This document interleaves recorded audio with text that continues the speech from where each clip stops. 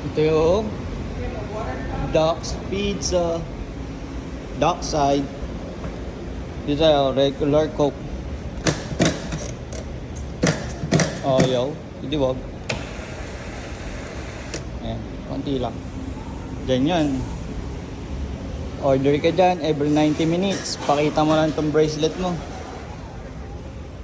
Kasi access na to sa... Access na itong bracelet natin sa 9 Resto, di ba? Ito. Hindi ka na magpe-pay? Hindi ka magpe-pay. Pero may resibo yan.